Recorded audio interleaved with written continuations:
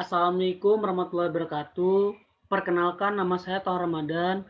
NPM saya 4519210094 dari Teknik Universitas Pancasila, kelas B. Hari ini saya akan mempresentasikan tentang ERD. Penjelasan Entity Relationship Model atau ER model konseptual dalam perancangan database yang didasarkan kepada konsep nyata, fakta, yang memiliki objek yang saling berhubungan satu sama lain. ER model digambarkan dalam bentuk diagram yang disebut dengan ER diagram atau disingkat dengan ERD. Konsep ER model terdiri dari entitas, kerelasian, atribut, dan key. Entitas.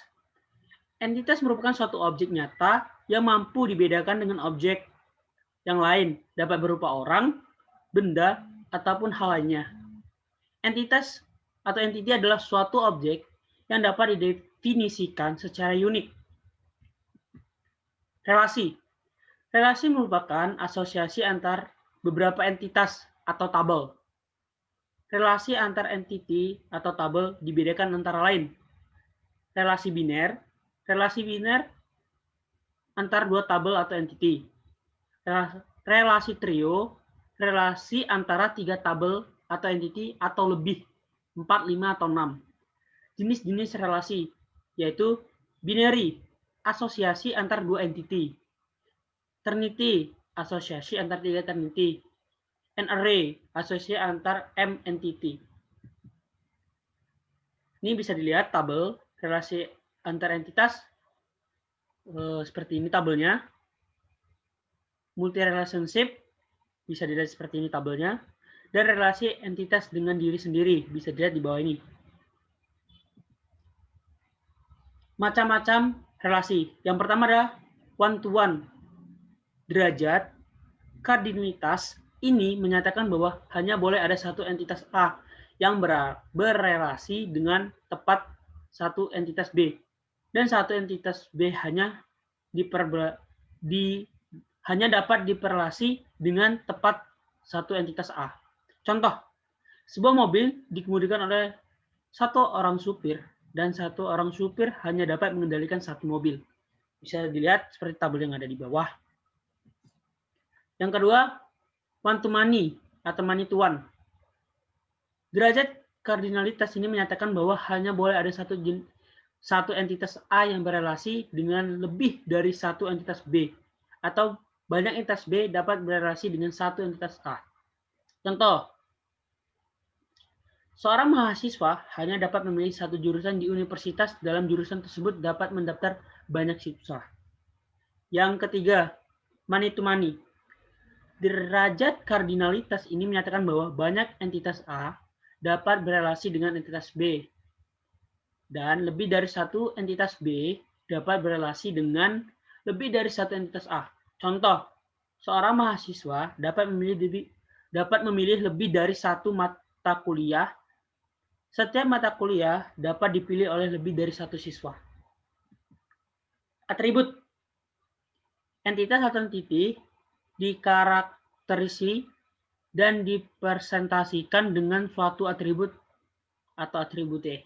Contoh, atribut dari entity pekerja dalam nama, tanggal lahir, NIP, goal.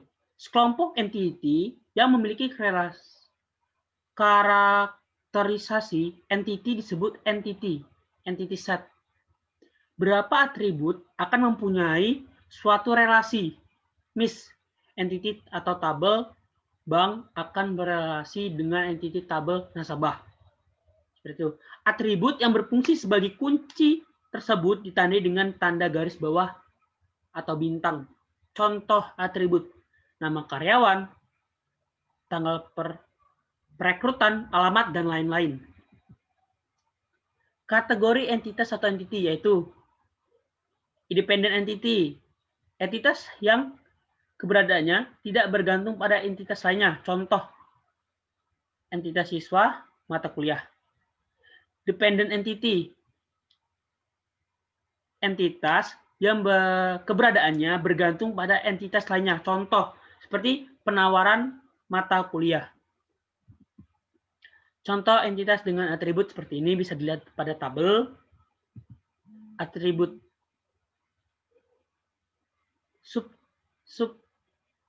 Subtypes adalah bagian dari entitas lain. Contoh, ada dua tipe karyawan, yaitu karyawan tetap dan karyawan kontrak. Kedua tipe karyawan ini adalah subtypes, sedangkan karyawan tersebut sebagai supertype.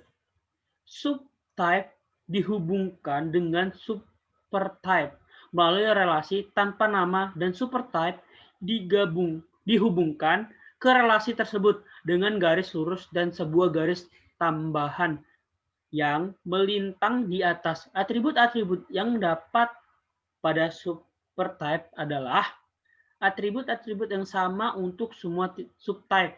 Atribut-atribut yang unik diletakkan pada subtype yang sesuai. Contoh subtype dan supertype. Ini adalah subtype. Yang keempat, K. Setiap relasi di dalam sistem database relasional harus memiliki minimal sebuah atribut kunci yang berfungsi untuk membedakan setiap baris di dalam relasi itu. Tabel terdapat beberapa jenis atribut kunci, yaitu primary key, foreign key, candidate key, alternative key, composite key. Primary key. Primary key adalah kunci utama yang mengidentifikasi semua baris di dalam tabel. Jadi primary key itu adalah kunci utamanya ya. Foreign key. Foreign key atau kunci tamu adalah sebuah kolom pada tabel yang nilainya sama dengan nilai pada kolom primary key pada tabel yang lain. Candidate key adalah semua kolom di dalam tabel yang memiliki nilai yang unik sehingga dapat dijadikan kandidat untuk menjadi primary key.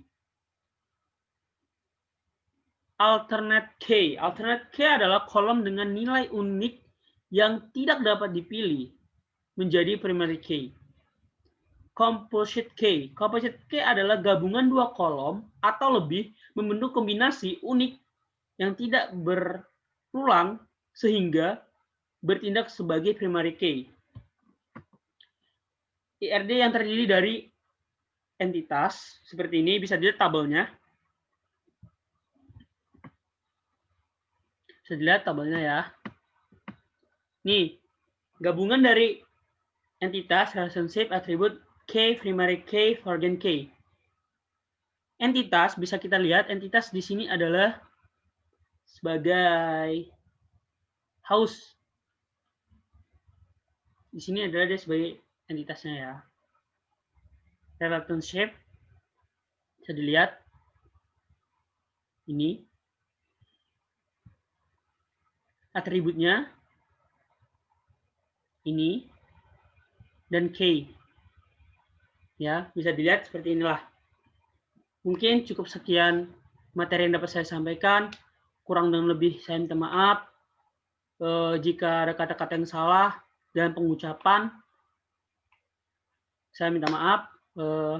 Cukup sekian materi yang dapat saya sampaikan. Saya akhiri. Wassalamualaikum warahmatullahi wabarakatuh.